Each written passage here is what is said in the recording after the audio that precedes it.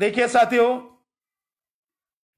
Reservation के ऊपर बहुत हल्ला मचाया जाता है। रिजर्वेशन को एक तो पहले यह समझना चाहिए कि रिजर्वेशन किसी की दी हुई भीख नहीं है। कोई यह समझता हो कि कोई शेड्यूल कास्ट को, शेड्यूल ट्राइब्स को, ओबीसी को रिजर्वेशन अगर मिल रहा है तो यह किसी की भीख है, ऐसा नहीं है साथियों। ये भीख नहीं है। हकीकत तो यह है कि इस देश में जो भी रहता है, जिस समाज का भी व्यक्ति रहता है, उसकी हिस्सेदारी इस देश के शासन प्रशासन में, इस देश की प्रशासनिक व्यवस्था में, इस देश के जो आपका जितना भी तंत्र है उस सब में उसकी हिस्सेदारी होनी चाहिए। वो इसलिए जरूरी है ताकि उस समाज के साथ में, उस सोसाइटी के साथ में न्याय हो सके। जिन लोगों का कब्जा रहा हजारों साल से सत्ता पर, शासन पर, उनसे यह उम्मीद करना अब बेकार हो गया। हालांकि यह उम्मीद उनसे की थी कि वो न्याय करेंगे, लेकिन हुआ कुछ नहीं।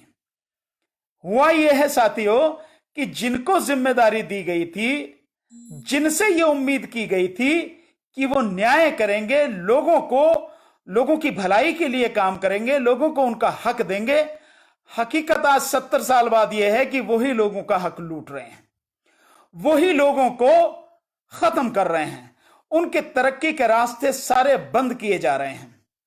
कौन कर रहा है? ये वही लोग कर रहे हैं जो सत्ता पर काबिज हैं। संविधान में प्रावधान किया गया, इसीलिए जो दबे कुचले लोग हैं, हजारों साल से जिनको दबा कर रखा गया, जिनको हजारों साल से पैर के नीचे रखा गया, जिनको कोई अधिकार नहीं दिए गए, और जब देश आजाद हुआ तो बड़ी मुश्किल से बहुत लोगों के, महापुरुषों के संघर्ष के बाद आजादी मिली। सो दलित समाज को, शोषित पीड़ित समाज को, बैकवर्ड समाज को, इस समाज को भी एक आजादी मिलनी चाहिए थी, इसको भी इसका हक मिलना चाहिए था। लेकिन आजादी सिर्फ कहने के लिए मिली, हक सिर्फ कहने के लिए मिले, हकीकत में आज तक मिला कुछ नहीं उन्हें। जो मिला बड़ी मुश्किल से मिला, वो ना के बराबर है, और अब जो मिला है ना के बराबर भी उसको लगातार छीना जा रहा है। तो रिजर्वेशन के विषय में आप ये समझें कि एक तो ये रिजर्वेशन भीख नहीं है, ये हक है।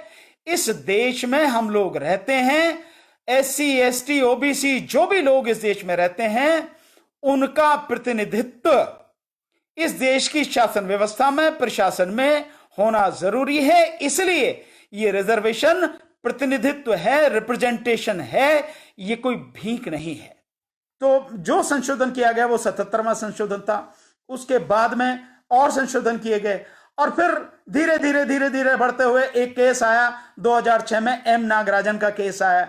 एम नागराजन के केस में एक और, जो पहले चीफ जस्टिस रहा मिश्रा, उस मिश्रा ने उसमें एक और अड़ंगा लगा दिया, जो 2006 में 5 जजेस की बेंच का जजमेंट आया कि स्टेट जो रिजर्वेशन देना चाहे प्रमोशन में वो दे सकता है, लेकिन उससे पहले उसको ये देखना पड़ेगा कि पहले ये एक कमेटी बनानी पड़ेगी, और वो कमेटी इस बात की जांच पड़ताल करेगी कि इनका प्रतिनिधित्व कहां कितना है। जहां जितना कम है उसको वो भर सकती है, लेकिन उसके लिए वो कानून लाके उसको भरेगी, इससे यानी गवर्नमेंट जो उसको भरेगी। जिसका नतीजा आपने देखा, ये जो सब कुछ हुआ, इसके बाद में उत्तर प्रदेश में माननीय बहन जी की सरकार थी, उन्होंने इसको लागू किया, लेकिन उन्होंने एक थोड़ी सी उसमें गड़बड़ी कर दी कि एक कमेटी नहीं बनाई और ये पता नहीं किया कि भाई कितना इसका जो रिप्रेजेंटेशन कम है, कितना नहीं है। अगर वो सब पता करके किया जाता और कानून के माध्यम से किया जाता तो वो निश्चित रूप से उस पर कोई क्वेश्चन मार्क नहीं होता, सवाल नहीं उठते। लेकिन हुआ ये कि उन्होंने जो एक ब्राह्मण, उनका एक वो था सचिव आईएएस जो था, उसके कहने से एक ऑर्डर से निकाल दिया, उसको शुरू कर दिया, और उसके बाद में एक दूसरा जो ब्राह्मण था उसी ने रिट फाइल कर दी इलाहाबाद हाई कोर्ट में, और एक ने लखनऊ हाई कोर्ट में। वहां से जो होता हुआ, वहां एक जगह जीत गए और एक जगह हार गए। फिर वो मसला जो है पहुंचा यहां पे सुप्रीम कोर्ट में, और सुप्रीम कोर्ट में जो उन्होंने वो लागू किया था रिजर्वेशन, उसको खत्म कर दिया। उसके बाद में फिर दोबारा से उसमें पहल की गई और फिर जब सुप्रीम कोर्ट ने किया उस दौरान सरकार बदल गई और सरकार आई अखिलेश यादव की। और आपने देखा कि जैसे ही सुप्रीम कोर्ट से वो जजमेंट आया तो अखिलेश यादव जी की सरकार ने किस तरह से डिमोशन किया, लोगों का लगातार डिमोशन किया, 30-40 हजार लोगों का डिमोशन किया। तो ये सारी चीजें होती रही लगातार। ये सब क्यों हुआ? क्योंकि हमारे नेता बेकार हैं। अगर हमारे नेता सही होते, हमारे एमपी एमएलए सही होते तो समाज के साथ में ये किसी हालत में होता नहीं साथियों।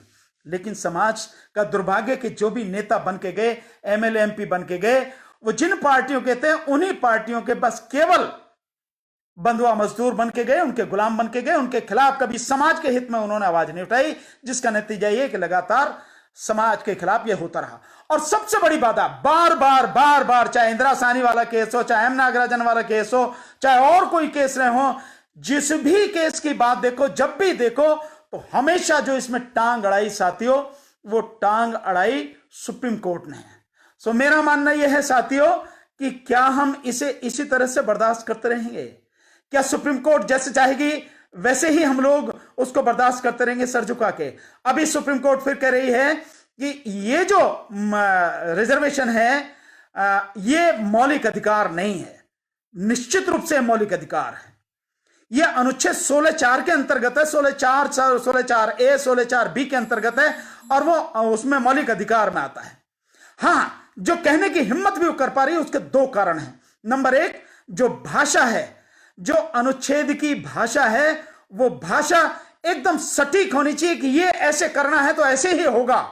वो नहीं है, वो भाषा घुमा फिरा के भाषा की गई है। जैसे उसमें कहा है कि राज्य अगर चाहे तो इसका मतलब यह होगा कि राज्य चाहेगा तो होगा। अगर वो चाहता है तो इसमें कोई भी बाधा नहीं आएगी। और राज्य अगर नहीं चाहे तब क्या होगा? जबकि होना यह चाहिए, उस अनुच्छेद की भाषा यह होनी चाहिए सीधी कि राज्य को यह करना पड़ेगा कि वो ये जो SC ST जो समाज है, OBC समाज है, इस समाज का शासन और प्रशासन में हर पोस्ट पर, हर जगह पर, हर वर्ग में, जहां भी जिस जगह पे है वहां उसका समुचित प्रतिनिधित्व है कि नहीं है कि नहीं है? अगर नहीं है तो उसको करेगा। यह होनी चाहिए भाषा, सीधी सीधी भाषा होनी चाहिए। लेकिन भाषा ये नहीं है, भाषा घुमा फिरा के है। और दिक्कत यह है कि हमारे जो वहां बैठे हैं MLA MP, जो हमारे नेता बैठे हैं, उनमें से मुझे नहीं लगता कि किसी को इतनी समझ है कि भाषा को देखें, वो समझें भाषा को, पढ़ें भाषा को कि इसका मतलब क्या है। अगर आप किसी की इच्छा पर छोड़ दोगे तो कौन करने वाला है? आपको अधिकार कौन देने वाला है? कोई देने वाला नहीं है साथियों। जब अपने ही उसको देने के लिए तैयार नहीं है, जो अपने ही रक्षा करने के लिए तैयार नहीं है, तो दूसरों से आप क्या उम्मीद करोगे? कैसे दे देंगे वो आपको अधिकार? तो भाषा बिल्कुल सटीक होनी चाहिए, सीधी होनी चाहिए और बाध्यकारी होनी चाहिए कि ये करना है। और अगर ये नहीं किया तो जिस व्यक्ति की जिम्मेदारी है वो नहीं करेगा, उसके लिए ये गंभीर दंड का परिणाम उसका होना चाहिए। भाषा ये होनी चाहिए अनुच्छेद की, कानून की भाषा ये होनी चाहिए। लेकिन ये भाषा नहीं है, इसलिए जैसी भी चाहे, जैसी मन में आ रहा है वैसे सरकार करती है। और सरकार क्यों करेगी? और आज तो बीजेपी की सरकार है जिसके सामने भारतीय जो सर्वोच्च न्यायालय, सुप्रीम कोर्ट ऑफ इंडिया पूरी तरह से सरेंडर कर चुकी है। जो सरकार कह रही है, जो सरकार चाहती है, जैसी सरकार की इच्छा है, वैसे ही सुप्रीम कोर्ट से आज की तारीख में आदेश आ रहे हैं। सुप्रीम कोर्ट को जो इतना जबरदस्त, इतना एक ऐसा मामला है जो प्रवासी मजदूरों का, उसको सुनने के लिए टाइम नहीं है, उसके लिए डेट लगा रहे हैं। और अर्णब गोस्वामी जैसे बेकार के व्यक्ति के लिए, जो राष्ट्रद्रोही, देशद्रोही व्यक्ति है, जो देश में दंगा फैलाने की लगातार कोशिश कर रहा है, ऐसे अर्णब गोस्वामी के मुकदमे को लगातार इतनी प्रायोरिटी पे लेकर सुन रहे हैं।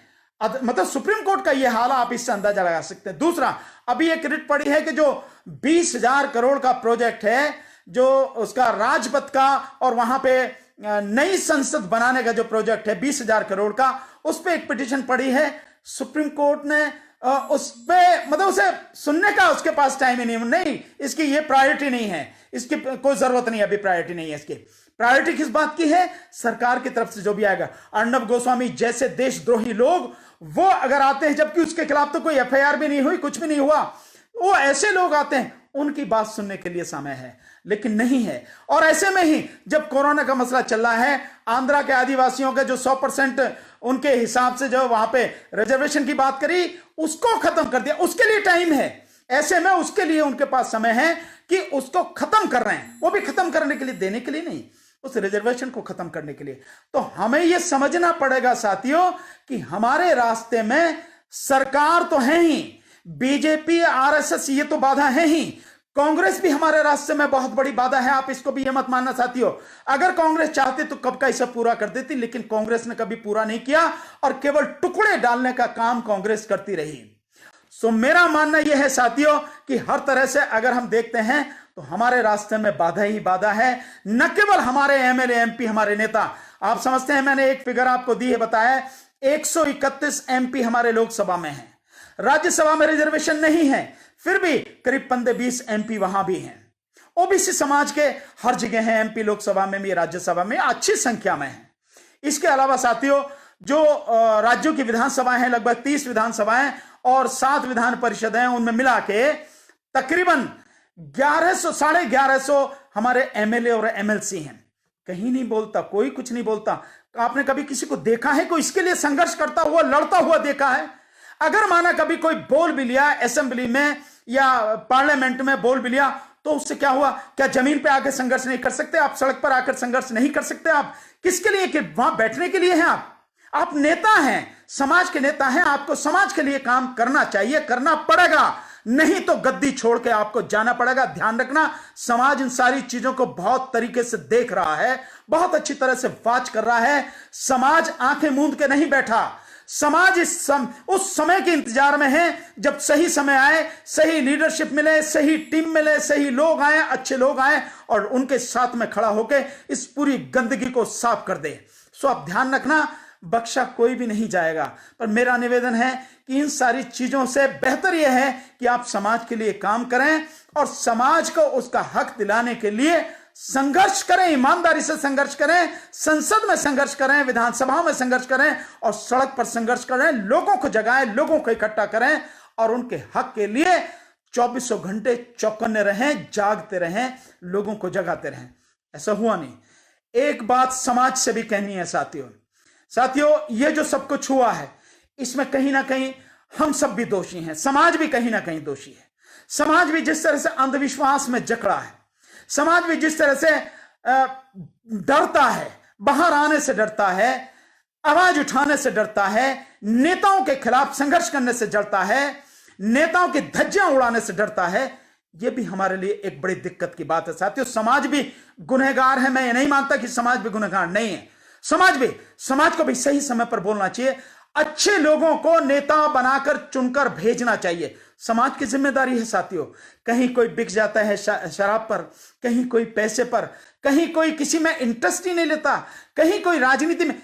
साथियों, राजनीति से बढ़ के कोई दूसरा रास्ता नहीं है समाज का भला करने के लिए या किसी भी तरह की तरक्की के रास्ते को आगे बढ़ाने के लिए। राजनीति ही एक ऐसा क्षेत्र है जिसमें सबसे ज्यादा ताकत है, जिसके हाथ में आने के बाद ही आप जो चाहें वो समाज के लिए कर सकेंगे। बाबा साहब ने ऐसे ही नहीं कहा था, बाबा साहब ने बहुत कहा था कि राजनीतिक शक्ति हर ताले की चाबी है।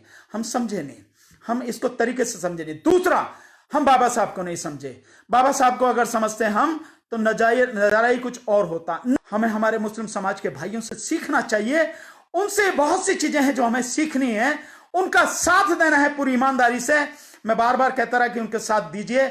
साथ उन्होंने सड़क पर आकर लोगों ने नहीं दिया जिस उम्मीद से देना चाहिए, पर दिया साथ, बैठे थे, उनके प्रति समर्पण की भावना थी, उनके प्रति सम्मान की भावना थी, उनके आंदोलन के प्रति सच्ची भावना थी, पर सड़क पर आकर साथ देना चाहिए था। वो उतना नहीं हुआ जितना होना चाहिए था। खैर, मैं मानता हूं कि वो आगे होगा, तो हमें उनसे सीखना चाहिए। हमने इन सारी चीजों को नहीं सीखा। जो बात मैं आपको बताने चाह रहा हूं, आपने देखा अभी जो मुस्लिम समाज के प्रति घृणा फैलाई जा रही है, नफरत हर दिन जो फैलाई जा रही है, अरब कंट्रीज को देखा है, जो यूएई की राजकुमारी हैं, उन्होंने कितना कठोर, कितना कड़ा जो एक स्टेटमेंट दिया है कि हम भारतीय जो लोग हैं उनका सम्मान करते हैं, भारतीय जो लोग हैं वो यहां रहते हैं, अपनी रोजी रोटी कमाते हैं, हम उनका सम्मान करते हैं, लेकिन कोई भी गलत बात बर्दाश्त नहीं की जाएगी। वो इस देश में रोजी रोटी कमाने के लिए आते हैं। ध्यान रखें कि ये देश से उनकी रोजी रोटी चलती है, लेकिन अगर इस देश के विषय में नफरत फैलाएंगे या मुस्लिम समाज के प्रति नफरत फैलाएंगे, किसी को भी बर्दाश्त नहीं किया जाएगा।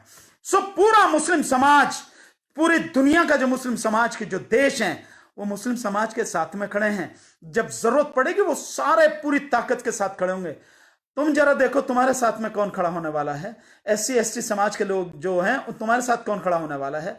OBC समाज के जो लोग हैं तुम्हारे साथ कौन खड़ा होने वाला है। अगर तुम बाबा साहब को मानते, ईमानदारी से उनके बताए रास्ते पर चलते और तुम बौद्ध बन गए होते, बुद्धिस्ट बन गए होते, तो पूरी दुनिया के जो बुद्धिस्ट देश हैं वो आपके साथ में खड़े होते और बहुत बड़ी गंदगी से आप छूट गए होते। क्या आप शायद के मन में होगा कि नहीं, अगर हम बौद्ध बन जाएंगे तो रिजर्वेशन नहीं हमारा खत्म हो जाएगा। रिजर्वेशन तो वैसे ही खत्म कर दिया गया।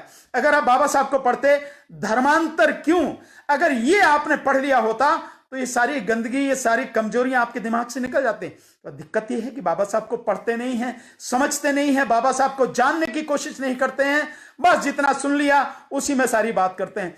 ये चीजें हैं साथियों जिनकी जरूरत हमारे लिए बहुत जरूरी है, बहुत जरूरी है साथियों। इसलिए मेरा कहना है कि अब न केवल हमको समझना है और हमें ईमानदार होना है अपने आप में, और बाबा साहब डॉक्टर अंबेडकर के बताए रास्ते पर पूरी ईमानदारी से चलना है, पूरी ईमानदारी से चलना है साथियों। उसमें कहीं भी बेईमानी नहीं होनी चाहिए, जरा सा भी धोखा नहीं होना चाहिए, नहीं तो आप बाबा साहब के साथ नहीं, अपने साथ, अपने समाज के साथ धोखा करोगे। हम बाबा साहब के बताए रास्ते पर चलें और कोशिश करें हम बौद्ध बने।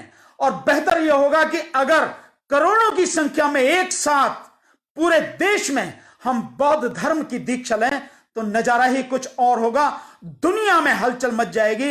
ये जो बीजेपी, AJP, RSS, पारस, ये जितने भी हैं, ये बिल्कुल ताश के पत्तों की तरह भरभरा के गिर जाएंगे साथियों। अगर हमने ऐसा किया, हमें ये करना पड़ेगा। अगर जिंदा रहना है तो अपनी ताकत को दिखाना पड़ेगा, और दिखाना पड़ेगा कि हम बाबा साहब डॉक्टर भीमराव अंबेडकर जी के सच्चे अनुयायी हैं, उनके पुजारी नहीं, उनके अनुयायी बने, उनके अनुयायी हैं हम, उनके बताए रास्ते पर चलते हैं। क्योंकि हमारा भला अगर होगा तो उनके बताए हुए रास्ते पर चलने से ही होगा, इसके अलावा नहीं होगा। हम बेशक उनका नाम लेते रहें, कुछ फर्क नहीं पड़ेगा। हमारा कोई भला होने वाला नहीं है साथियों। हमारा भला तभी होगा जब उनके बताए हुए रास्ते पर हम चलेंगे।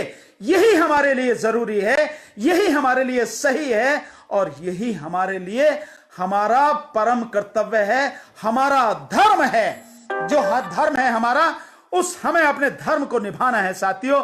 इसलिए मेरा आपसे कहना है कि हमें ईमानदारी के साथ में बाबा साहब डॉक्टर अंबेडकर के बताए रास्ते पर चलना है।